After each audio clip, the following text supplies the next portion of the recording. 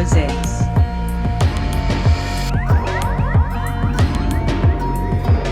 Play to Earn Community. Join the Discord to learn more. Welcome back, hard forkers, to our new NFT gaming show with Stefano, and I'm not quite sure who this other guy is. Any ideas? Clean cut Johnny Gonzo. Yeah. So listen, if you're looking to learn about NFT gaming, whether you're a gamer, an investor like myself, you found the right place. You're in the right place. So guys, we've had some pretty epic news from Nine Chronicles. So Stefano's going to be updating us on that in a moment. Our resident Axie expert, Mr. Gonzo, is going to be telling us what's happening in Axie land. But first, guys, I was looking at a few facts and figures about the overall sort of Web 2 or the current internet and what's happening there in esports. At the moment, we've got nearly 500 million people involved in that industry, and effectively what this show is all about is looking at what's happening in Web 3, blockchain, and how that's going to disrupt this industry and make it a hell of a lot better in our opinions. So I'm going to hand it over to you, Stefano, to tell us this huge news that's come out of Nine Chronicles. Well, they finally announced that it is time for them to enter the traditional market, and so Ethereum. From next week, actually 2 weeks from now, the 17th of August, they're gonna release a bridge where players are gonna be able to place their Nine Chronicles Gold token from the portal that currently is being used for the play to earn part, and these tokens are gonna be locked in this treasury, and the user will end up with a wrap Nine Chronicles Gold, which is basically like the ERC20 version of the token.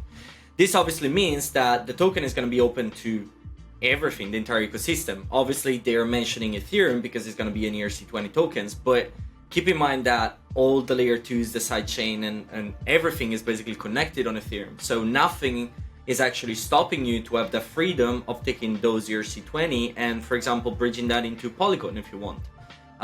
Assuming that, people deciding to going back on that storyline that Ethereum gas price is too expensive and blah, blah, blah. A whale could easily just bridge some wrap Nine Chronicles Gold and bringing that on Polygon. They also announced how effectively what is a public auction for the NCG token. And I think they've used Correct. a model here, which I really, really like. It sort of removes a lot of the fuckery that goes down on these token launches. It's a lot of pros and one minus, I would say. So basically what they're going to do is that they announced that on the 10th of August, there is going to be the Miso on Sushi, which is basically like the equivalent of the IDO on the Sushi Swap platform. That's number one.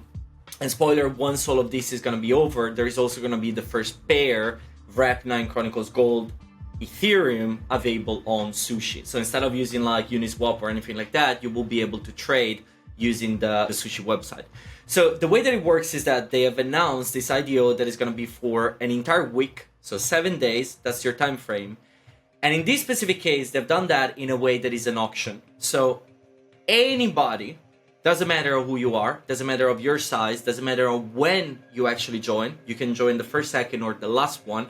There is no difference whatsoever. The available amount of tokens is 2 million, so there is going to be 2 million wrap Nine Chronicles Gold available on that auction. And the price will start from 7 cents per token.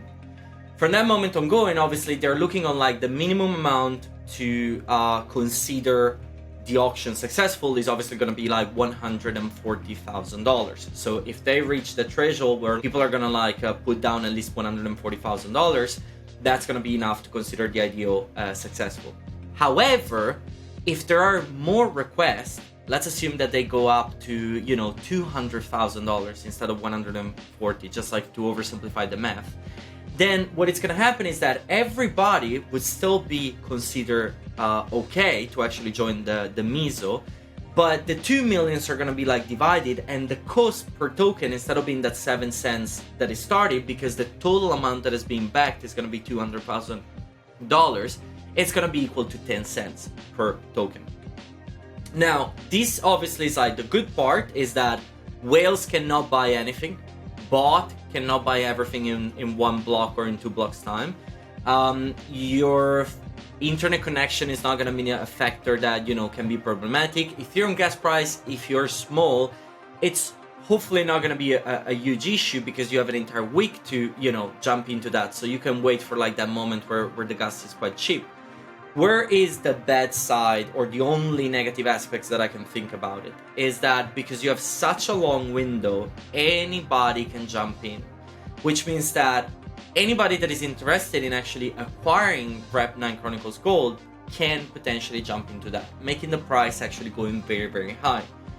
That means that once the miso is over and the pool is open on Sushi, I don't know if there is going to be like more buyers available that are actually interested on keeping the treasure of the price over there.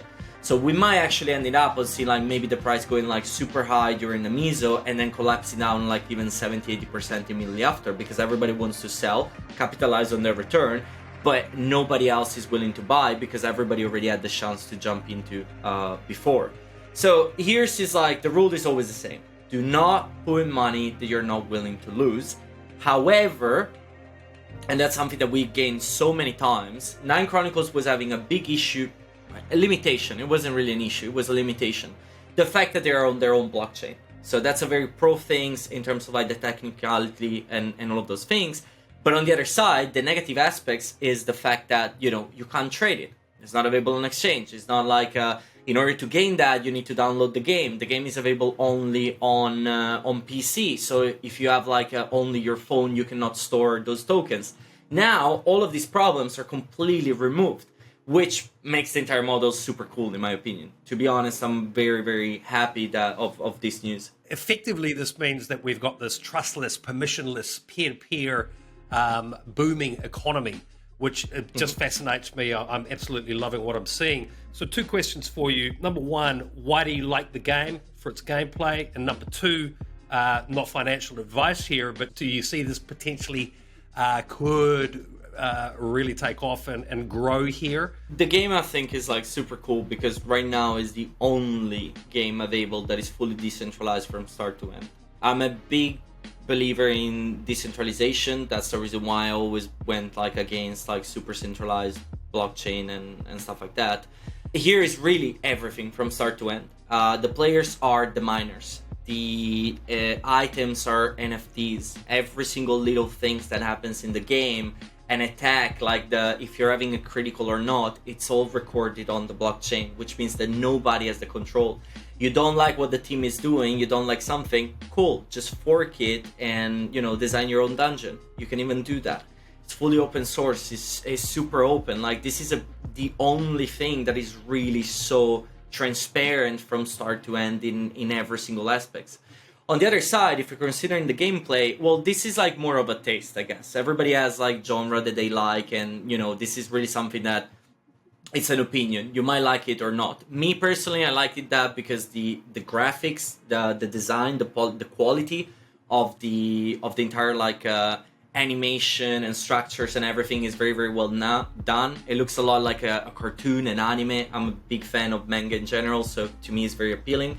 And the game is an autoplay. So the fact that it's an autoplay means that, like, me personally, by playing games that are a little bit more challenging, like Axie, like God and Chain, like something that you need to actually focus there, having an autoplay game there that is as well a play to earn means that I can play 2 play to earn games at the same time, which is something that it would be completely impossible if I would have to play Axie and God and Chain at the same time, because I would have to think of what I'm doing in both of them. Nine Chronicles makes that process way, way easier. On the other side, you know, is there a future for this? I do believe that right now there are still some limitations, and we're aware of that, and we mentioned that many, many times. 50% of our community don't even have a PC.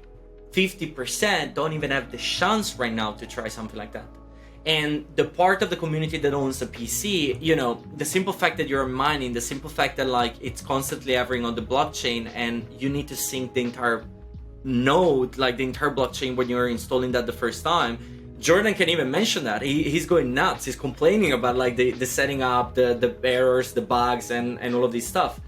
It is challenging from a technical point to play something like that. It's not for everybody right now. However, the team has already mentioned that, like, you know, they're planning of they're releasing a mobile version. They're planning on switching from POW to POS. They're planning of having like a light node approach where you don't have to sync the entire blockchain, but you can like sync only the initial part on that.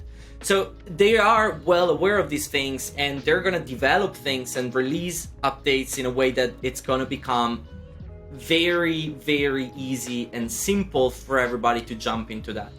At that point, do I think that it has a future? Well, if they become competitive, I think that that's like on the gameplay something that is missing right now. I like to see the competition. I like to compete against other players.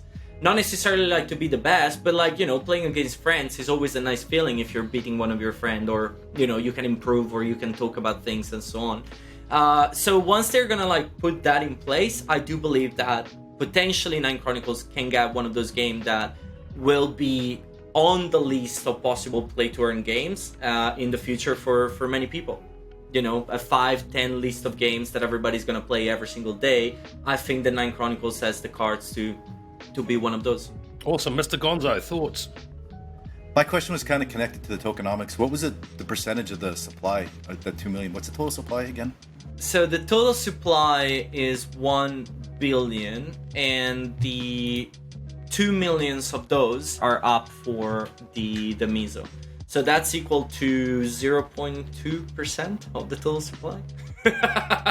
So it's pretty small. It's very, very small on that side. Obviously, it's fully decentralized. How do we know how the rest of the tokens are released? I think about a third are going to be through mining. Yeah, so the way that it works, because obviously like the game has done a pre-sale a year ago already, so quite a lot of things has happened, but like the first like 30 millions has been done like on a private sales, and then like happened a long time ago. The Genesis public sale that what's happened like a year ago, that was like 20 million tokens. And then there was like the public sales that has been done like from July till December, I think it was. That was giving you the option to like buying tokens directly on the website. If you're checking like now, there is still like that page up and running, but it says that like there is no more supply anymore. And for that, it was like a 100 millions that was supposed to be allocated there, but they never achieved like 100 millions. 250, so 25% is actually like for mining, and every single block gives you rewards, classic things. And then they have like a foundation that basically like owns quite a bit of that, like a 25% to 250 millions that are basically like gonna have for, you know, paying salaries and employees and advisors and this and that. They also have a treasury that is pretty sweet of 40 millions. And that's basically done for like you know, marketing, contest, giveaways, and all of those like initiatives. On that note, people, we're running a small contest to celebrate two things. Obviously, getting over 10k subscribers on YouTube, and the launch of this game. So we've got 10,000 Nine Chronicles gold tokens. They're in the description below. God knows where the price of this thing might go. Obviously, NFT gaming's the hot topic at the moment. The market's looking buoyant, so let's see. But those tokens that we have as prizes there, they're certainly potentially worth quite a bit. So get involved in that community. Sorry, Stefano, back to you. Attaching to like that question of like what can potentially happen and so on. I'm not a fan of like talking about price or anything like that. But what I can share is that at the moment, if you're having a look at the marketplace on their Discord, which is obviously like the only place where as of today you can trade, people are already considering trades around like 30 cents, 50 cents, and in some cases some people are also like putting offers for like $1 per token. Now obviously those are people willing to sell, and the buyers are not yet on a 1-to-1 ratio, but there are some stuff that are being done, like some trades that are being completed on a 30 cents basis. So, you know, what can happen over there, I don't know. But we're having like on one side today where there are some people willing to buy at 30 cents. And there is, in a week from now, on the 10th of August, an IDO with a starting price of 7 cents. What is going to happen after that? I have no idea. Is this FOMO, or is this like a proper, interest that the value is actually there? I don't know. I don't care. I bought into the pre-sale in July 1 year ago. So I've been obviously like following this project for a long time. Look, more importantly for me, Stefano, I haven't been that much of a gamer, but so it's fascinating to make this content with you guys, and I'm really delving in deeply. But for me, it comes back to fundamentals, and one of those is it a game that's going to get adoption? You're an avid gamer, both in Web 2 and Web 3. I think you were one of the earliest adopters of this game, so that sort of fills me with some intrigue to have learnt more about this from the get-go. What I also love about this is it's trustless, it's permissionless, it's truly decentralized, it's fascinating. It is the Bitcoin of the gaming world, and when you think in those terms, that really fascinates me over some of the more centralized games out there, NFT games. Mr. Gonzo, what are your thoughts on it from what you've seen so far? So far, so good. Finally got it up and running with minimal problems, and then I just mining and leveling up and doing those stupid little things, combining stuff, and I wasn't a fan of the referral program they had there. I know there was an update on that, right, Stefano? Because you can put two guys, so you do a blast, two guys fill it up, and then they don't level, and then you're stuck. You can't refer anybody else. So I read something in the announcement that they just revised that, something like you get 10 and it goes on a sliding scale down or something. Yeah. So the few things on that. So the way that it was used to work, it was done obviously to limit the option of having bots and people cheating the system. So they wanted to like make sure that someone is using your code, that person is actually going to play. It doesn't make sense for them as a company to give away tokens for someone that doesn't play the game or anything like that. I know that it's frustrating from a content creator point of view, because you want to put like your link, your referrals out there, and having as many people as possible picking that up. Well, even on just like onboarding, like in the last 3 days I've tried to onboard like 4 or 5 people and I can't. So I had, you go through the Discord and there's a water cooler, but all of them are full. It's like someone posts it and then 2 seconds later it's gone. So it's like you can't even get people on board. So it's a bit of an issue, I think. Like they have it's a frustrating process. I agree on that. On the other side, I actually support the idea of wanting to trying to do things in a different way than a classic like referrals. I don't think that they completely hit the bull on high on this one, but they're trying to like improve that. Since they announced that, they already changed like 4 times. So they're obviously like onboarding feedbacks as much as possible. Now they've changed that in a way that it's expand much more, and your first referral, the first person that click on your link gives you the best reward, and then it goes down like every single time till the point that it's basically just like not really putting an effort anymore on using that, but at least it's open. And they have like, the reason why they did that, I can tell you that the big issue that they had is that the systems, the server, the backend is not, sounds familiar, spoiler alert, is not built in a way that it's capable of enrolling all the new players that are coming in. It's constantly like going down every single time. And so what they've done to like trying to like block these issues is that now they have like a specific amount of new players that can actually like join the game per day, because otherwise the server is not up and running. That's very similar to, for example, like what the Ethereum 2.0 is doing with the nodes, that you have only like a specific number of new nodes operator that can jump every single day. And that was one of the suggestions or ideas that we had for Axie problem in the servers, just limited that to a specific number of users per day. They're going in that direction.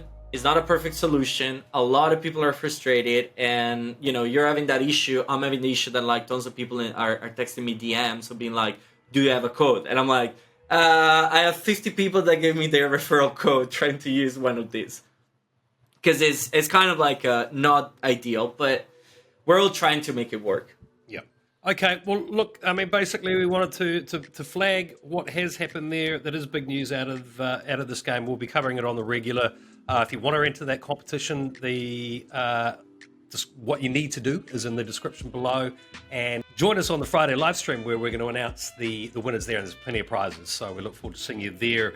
Okay, guys, let's have a look at what else is happening in the gaming space. We'll hand it over to our resident Axie expert. Well, you're both Axie experts. Stefano brought this to us and our community and the wider YouTube streaming public a long time ago, well over a year ago now. So where are we at with Axie, Mr. Gonzo? What's happening? Still lots of growth. Everything's picked up and stabilized since the whole server fiasco 2 weeks ago. Our man Jeho, he has been posting weekly updates on the growth. So we're at 900. This was posted yesterday, 8-2. Yeah, so we're at 910,000, which is like pretty astounding. They're still doing, huge amounts of growth. That's like 12% in the last week, but we're almost at 1 million, which is pretty crazy. The holders of AXS has been going up. Well, Axie holders. So now there's 836 Axie holders, which is insane. That means, if you think about it in terms of scholars and managers, what is it? 90% is scholars, and the rest are managers and just individual players. The monthly volume, $844 million, which is crazy. Almost going to break that $1 billion mark. Hopefully next week, maybe the month after, which would be pretty insane. Discord members still growing, still climbing. The ETH in the treasury, this is insane to me. 17,000 ETH in the treasury and 9 million AXS in the treasury. So, not financial advice or anything, guys, but, if you are not holding AXS, one thing that they did change is they changed the energy so that now the averages are going up. So each scholar can farm 100 on adventure even without your energy, and then you get your 50 for your daily rewards for 5 wins in the arena and 10 levels on the adventure. So, most of the scholarships I think are seeing increased numbers due to this slight tweak in the energy. So everybody's kind of, I think, enjoying that. So there's some stats here. In the last 90 days, 2.8 million hours of Axie watched on Twitch, which is pretty insane. 2,725 unique Axie broadcasters and average 1,332 viewers across 22 different channels at a given time. So that's pretty insane. Yeah, and when we look at the stats here. I mean, these are amazing facts, aren't they, guys? I just want to sort of add it in there for the investors that are watching this channel. I think it's, a lot of this is obviously driven by the fact that we've all been stuck at home, and unfortunately that possibly won't change in the near future. Global esports is likely to top a billion this year in revenue. It's grown 15% in the last year. So factor in this, this new play to earn economy with Web3. This is the space to be concentrating on. And if you're a flat out investor, there's big things happening here, people. So what else? What else are you doing in Axie? Any other news out of the space? I did see Jeho tweeted there was a fake account set up on the Play Store. Yep. So what happened is obviously somebody's hacked or figured out how to get into the Google Play Store without even Axie being able to do it. So there's a Google Play Ronin wallet, which is not legit because the Ronin wallet is only available as a browser plugin, either Chrome, Firefox, or Brave. So if you guys are downloading it from the Google Play, delete it now. So, always check your announcements and make sure you're keeping up with the latest info on Axie Infinity. There is no mobile wallet. If you got people asking you to download it or send QR codes, it's probably a scam. So be careful, guys. That's what happens, when things are growing parabolically, it brings in people that actually want to use it. It also brings in a lot of scammers. And it also brings in some giant accounts. In this particular case, we've got Luke Martin, the venture coinist. We check him out. He's got, 285,000 followers. And if you check his timeline, it's all about Axies. So he's all, started Axie today. He's got his 6. And then he's like, oh, I started breeding. Oh my God, I've got even more breeding. Still breeding. So, you're getting huge, like these normal Twitter accounts that wouldn't touch this stuff 6 months ago. Now they're all tweeting it, checking it out. They're getting scholars. Their kids are playing it. So I think we're starting to see that tipping point where you're getting all of crypto onto it. You're getting the mainstream onto it with like people looking for play to earn. And then slowly but surely, I think the gaming community is going to come around when you see the growth that's happening on Twitch. So I don't know. There's all kinds of crazy stuff happening, and it's mostly just growth and progression. if anybody wants more information, this really nice article was published a couple days ago, the economics behind Axie Infinity, and it just breaks everything down because there's quite a lot to understand. But you know, the game, how the NFTs work, the relationship between AXS and SLP and how that works, how you can win, how you can earn, nice breakdown of the earning possibilities, right? Annual revenue, if you have one team, is $19,000, right? For 2 hours of work a day, right? And this is the price on July 29th, which is 23 cents, which is about where we're at now, I think 21, 22 cents. So, I mean, who doesn't want an extra 20K a year to play a game, to play games? I mean, most people will spend 3-4 hours a day on gaming, just mindless free stuff, right? So that's kind of neat. It has a nice little breakdown for your breeding. So we can put this in here too, the cost of the breeding, right? And how much profit you can make breeding. So it's really, really excellent article. So all our scholars are watching this right now going, what affects the price of SLP? Well, I mean, there's so many factors on SLP. The things that we saw like last week, you know, when you have the server and you're not able to claim SLP, that's going to drive the price up because you're just getting SLP being burnt, right, from people breeding, but you're not getting people claiming, right? So that's inflating the supply.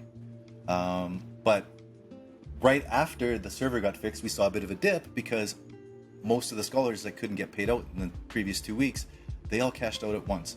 So, you know, there's this dynamic of like when the managers are doing payouts, when the scholars are cashing out, right? And then there's the dynamic of how much it's cost in AXS, how much it costs in SLP, the floor price. So, I mean, I am not good enough at math to figure all that stuff out, but I have a feeling that there's going to be a reorganization in terms of the cost of the breeding, how much SLP, because I mean, it's kind of spiraling out of control. I mean, it's hard to say, you know, is the priority to increase the price of Axies, or is the priority to have more people join? So that's the kind of a decision that Sky Mavis is currently going to have to make, but in the future, that would be a decision that we would make with the DAO and the AXS token.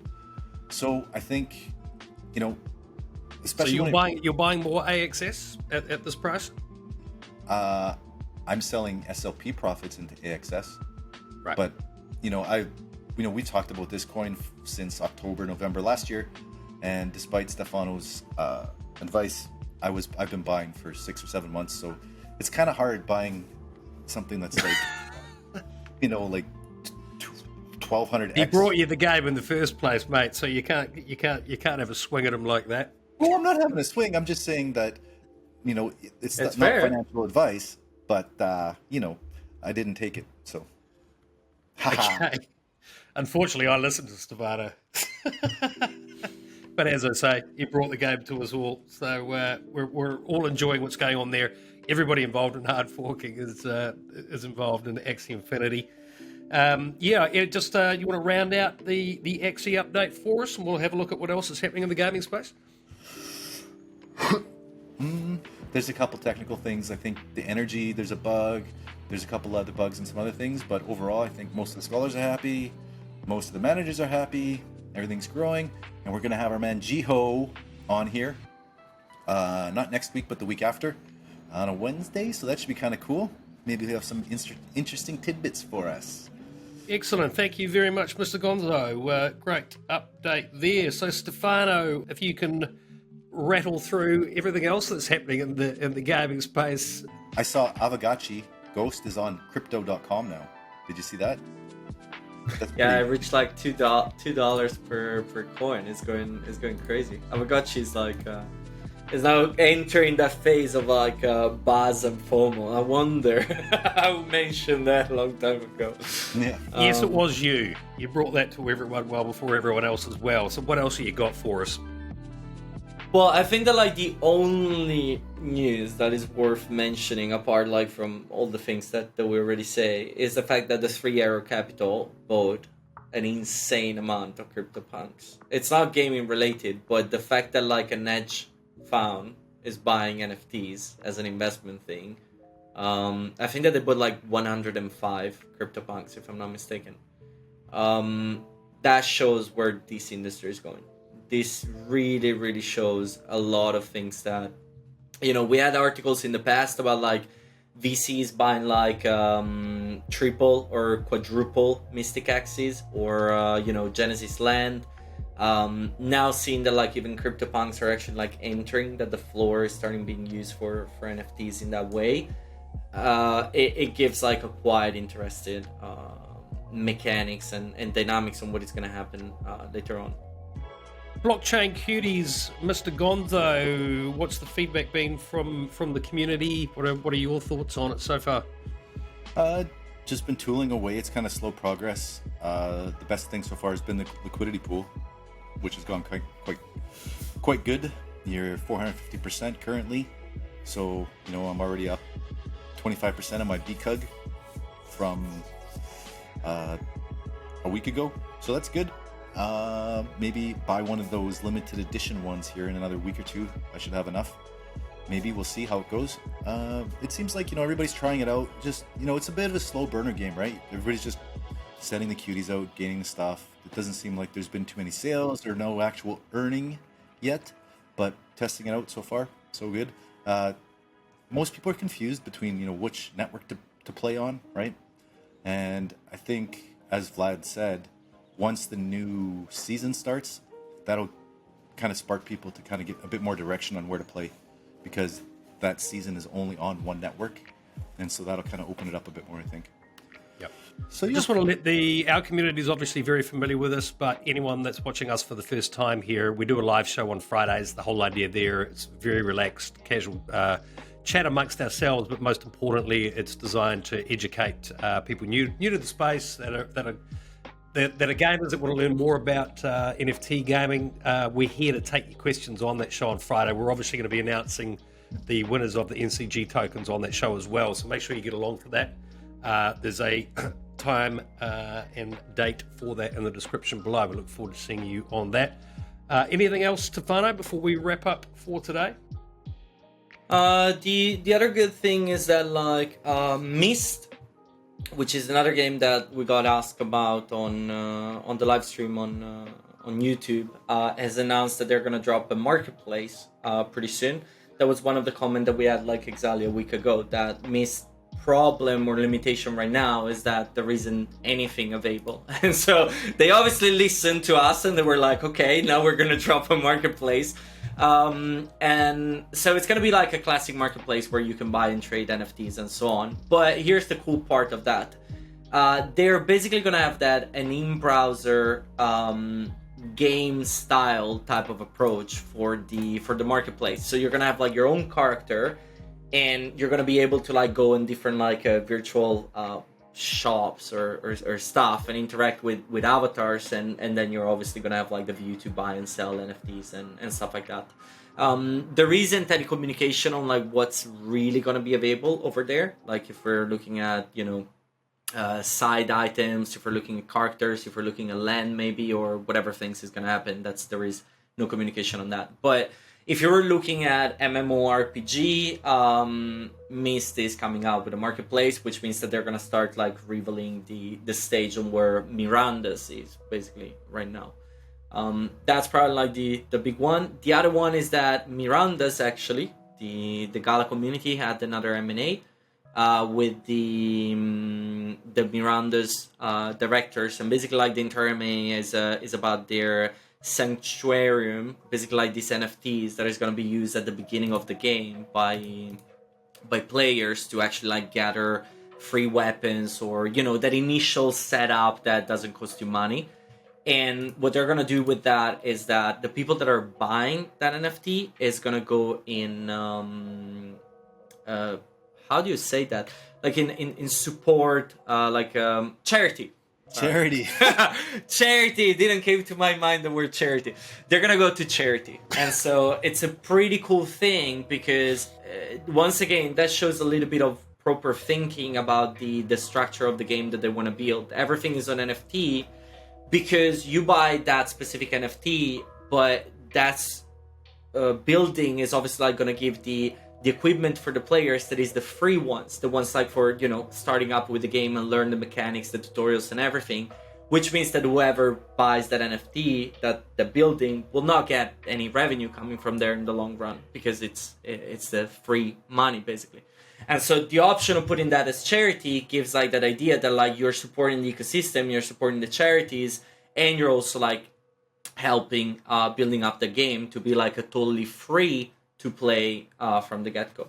So those are the other two things that I think are worth mentioning of what's happening in the space. Excellent. Mr. Gonzo, anything quickly from you that you want to... just, well, 3 comments. The first one is there's a pre-sale happening from Gala for Vox, which is avatars that DeFi. And here I'm going to contradict myself, and because I'm probably going to... He's going to buy in. Yeah, totally. I mean, for me, the Gala node, the Gala node is like this pre-screening, right? 95% of those other projects are on BSC.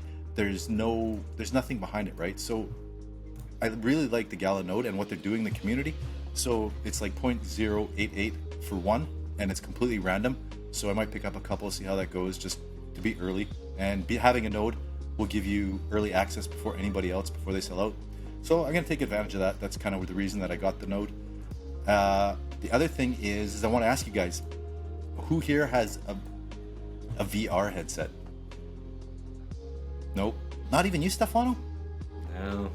Okay. I don't have space. My house is too small for a VR I don't have set. space. It fits on your face.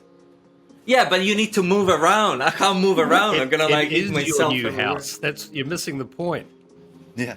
Yeah, exactly. Just need VR to get a new house. But what's happened is Revamon, they have a playable now, which is kind of cool, and they've opened up some liquidity pools, and that's quite good. So Revamon, I kind of see Revamon as like so early because we haven't hit that VR adoption yet, right? And if the world keeps going the way we are, the prices will come down for the headsets. People are going to spend more and more time inside. So having this similar style game as Axie, but in VR and Pokemon, everybody loves that. So I still think it's a really good, long-term project to get into. And they just had an unlock for their first staking, so the price is 50% less. If we were into giving financial advice, it might be interesting to look at that project. But Or it might go to 0. It could possibly go to 0, just like anything in crypto. But then it'll go up 500%. So yeah, VR, it's still early before most things, right? The Vox thing, I think I'm gonna participate. That's supposed to come out in the next couple of days. They're keeping it a secret until 5 minutes before, so gotta have some ETH ready.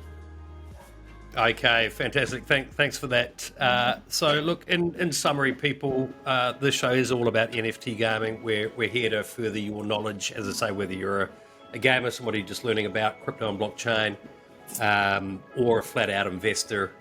You found the right place. If you want to partake in our giveaway, our competition with the NCG tokens, the description is below this video. Check that out. Be on the live stream on Friday. This is a hugely exciting space. It's growing exponentially. If you're watching this, you're still early. Welcome on board. We'll see you next time. Cheers. Thanks, guys. Bye.